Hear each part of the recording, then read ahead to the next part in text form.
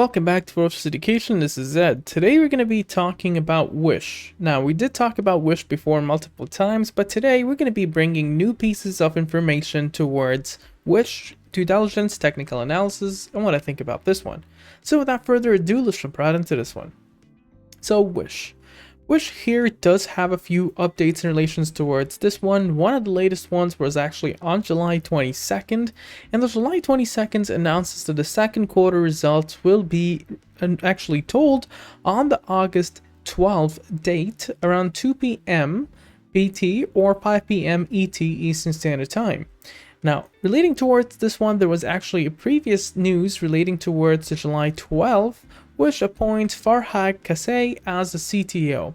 Mr. Kasey will report to Wish founder and the CEO Piotr, and he will be responsible for Wish core marketplace as well as engineering, product and infrastructure, data relevancy, Wish local and product procurement.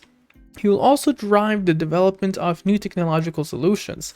Prior to joining us, Mr. Kasey served as the Senior Director of Software Engineering at Google and since 2014 oversaw the development and rollout of full-stack commerce capabilities across search, YouTube, Assistant, and local, as well as Google Express, local shopping, delivery products. He also oversaw infrastructure enabling Google product listing ads PLA globally.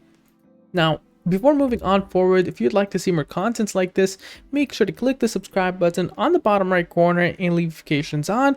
Also, don't forget to like this video, and you can join us on our Discord if you would like to talk more about different stocks. Last video, we did talk a lot about this buzz that the retail industry or the retail stream is actually going on with not the industry, but the retail investors and traders. They're really giving this one a lot of attention. Now, institutions as well. You get to see that there's a lot of institution activity in this one. Hundreds of thousands of shares have been added in the last week alone, and that is quite massive.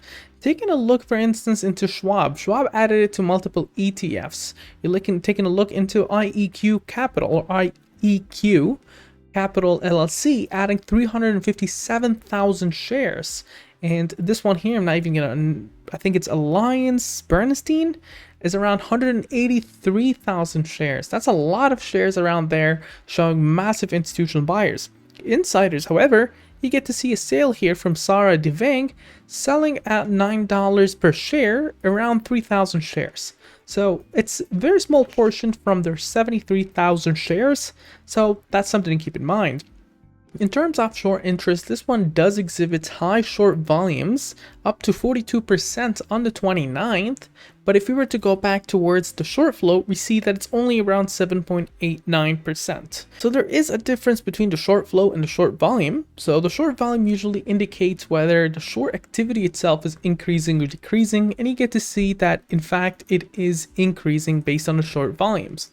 Now, a lot of people have been taking a look into the intellectual properties of Wish, and one of them is the counterfeit policy that does lie there in terms of selling counterfeit products. So some people had comments related towards this one. That's how they address it, but we all know what Wish really is. Before moving into any technical analysis, we need to take a look first into the earnings.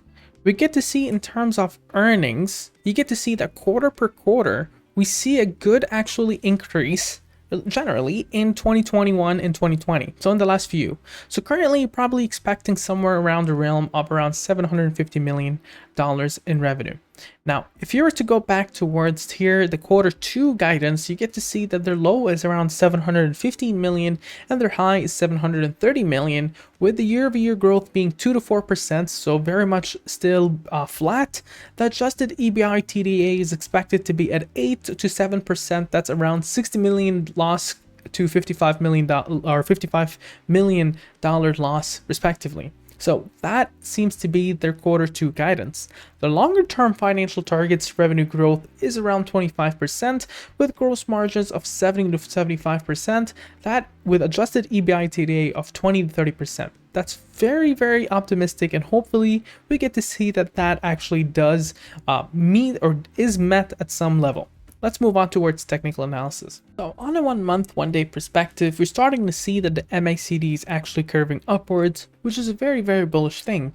Momentum is also climbing towards a zero, which is another bullish thing as you get to see here. While percent R is a little bit closer to the overbought, but it's not there. It's more up on a neutral level. Now the moving averages, the price point is below the 1050, so that's technically a bit bearish, but it's still very close to all the other moving averages, so that's still somewhat bullish in that sense. The stochastic fast and stochastic slow both are actually climbing upwards, suggesting that there's a very strong chance for another leg for this one. In terms of the moving average bands, what you get to see is that this one is expected to trade at 1179 in the top and around 858 in the bottom. In terms of Fibonacci retracements, and again, the reason why I use this one is because high frequency traders use it. The current resistance is around 1350, 1720, 2018, 2317, and 2743, followed by 3285. The only support level seems to be around 752 right now. Now, in terms of price line actions, you get to see that there is a very critical support sitting at the 970. Below there, you're seeing another one at the 904, and then down to the 879, going down to the 830, and then down to the 793 to the 752. Resistances, 1023, going upwards to 1142.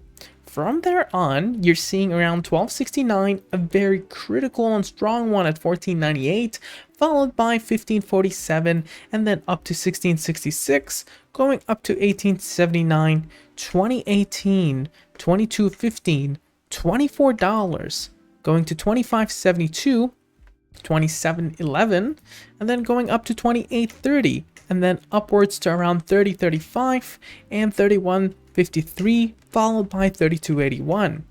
Now, in terms of analyst coverage, recently there've been a lot of downgradeds to around holds instead of buys, so those at least were in the last month or so. The average price target is $16, which is around 61% from where it's at. Comes to the question to Ed, what do you think about this one?